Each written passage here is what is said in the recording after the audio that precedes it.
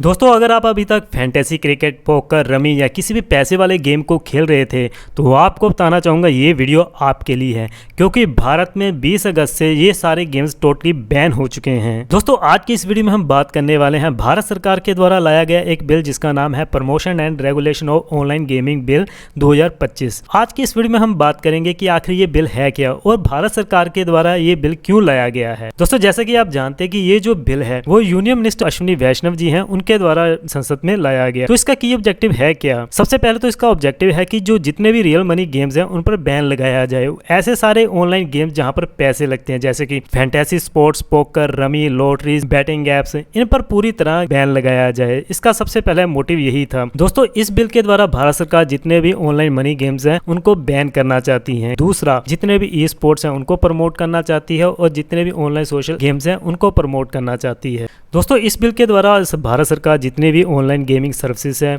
उनसे related advertisements हैं, उनसे रिलेटेड जितनी फाइनेंशियल ट्रांजैक्शंस हैं उन पर टोटली बैन लगाना चाहती है ताकि जो सोसाइटी है बिल्कुल सेफ रहे। दोस्तों भारत सरकार का कहना है कि इस बिल को ये लाया गया है ताकि यूथ और उनकी फैमिली को प्रोटेक्ट किया जाए फ्रॉम द एडिक्शन, डेब्ट्स और सुसाइड्स। आजकल आपने देखा होगा सोशल मीडिया प्लेटफॉर्म से इन जो ऑनलाइन मनी गेम्स हैं इनकी काफी एडवर्टाइजमेंट आ रही है। यूथ इनको ज्यादा से ज्यादा यूज कर रहा है, तो इसके चक्कर में क्या कर रहा है, यूथ की ज्यादा से ज्यादा कर्ज उठा रहा है और उनका कर्ज बढ़ता जा रहा है, इसके एडिक्ट होते जा रहे हैं। पहली बार तो वो जीत जाते हैं, बाद में हार जाते हैं और कभी कभी तो आपने कहीं कहीं सुसाइड की जो है उनको भी सुना होगा। तो इसलिए इस बिल को लाना बहुत ही जरूरी था सोसाइटी के लिए। दूसरा, सरकार का कहना है कि मनी लॉन्ड्रिंग, फ्रॉड और टेरर फाइनेंसिंग को रोकने के लिए भी इस बिल को लाया गया है। दूसरा मोटिव ये सरकार बता रही है कि इसके जरिए वो ई स्पोर्ट्स को प्रमोट करना चाहती है ताकि इंडिया एक ग्लोबल हब बने सेफ गेमिंग के लिए। दोस्तों भारत सरकार के द्वारा इस बिल में पेनल्टीज का प्रावधान भी रखा गया है। तो चलिए देखते हैं कौन कौन सी पेनल्टीज लग सकती हैं किस किस केस में। दोस्तों सबसे पहले मनी गेम ऑफर है फैसिलिटेट।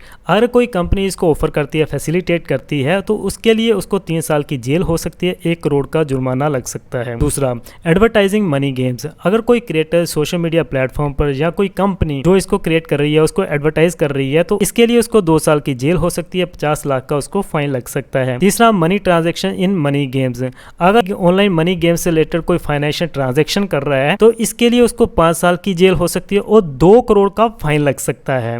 तो आप देख सकते हैं कितना बड़ा उसको फाइन लग सकती है और 5 साल की जेल हो सकती है। और इन ऑफेंसेस को रिपीट करने पर आपको 5 साल की जेल और 2 करोड़ का फाइन लग सकता है। तो आप इससे देख सकते हैं कि भारत सरकार इसको लेकर कितनी गंभीर है। दोस्तों इस बिल को एनफोर्स करने के लिए सरकार के द्वारा एक रेगुलेटरी अथॉरिटी की एस्टेब्लिशमेंट की जाएगी जिसका नाम होगा national online gaming authority, NOGA। ये अथॉरिटी डिसाइड करेगी कौन सा गेम रियल मनी है, कौन सा सोशल गेम है। ये जो अथॉरिटी है वो गेम्स को रजिस्टर करेगी, उनको क्लासीफाई करेगी अलग अलग कैटेगरीज में और इससे रिलेटेड जितनी भी गाइडलाइंस होगी, कोड ऑफ कंडक्ट होगा, उसको भी इशू करने का काम इसी अथॉरिटी का होगा। और इससे रिलेटेड कोई कंप्लेंट आती है तो उसको हैंडल करना भी इसकी रिस्पॉन्सिबिलिटी होगी और उससे रिलेटेड जितने भी रूल्स हैं उनको एनफोर्स करना भी इसी की रिस्पॉन्सिबिलिटी होगी। दोस्तों जो भी प्लेटफॉर्म इलीगल मनी गेम्स चलाएगा या एडवर्टाइज करेगा, फॉर एग्जाम्पल कोई कंपनी इसको प्रमोट कर रही है या कोई क्रिएटर इसको एडवर्टाइज कर रहा है तो उसको IT एक्ट 2000 के अंडर ब्लॉक किया जा सकता है और उससे रिलेटेड जितने भी डोमेन्स हैं उनको ब्लॉक किया जा सकता है। जितने भी एनफोर्समेंट ऑफिसर्स होगी उनको ये पावर मिलेगी कि वो इससे रिलेटेड सर्च कर सकते हैं और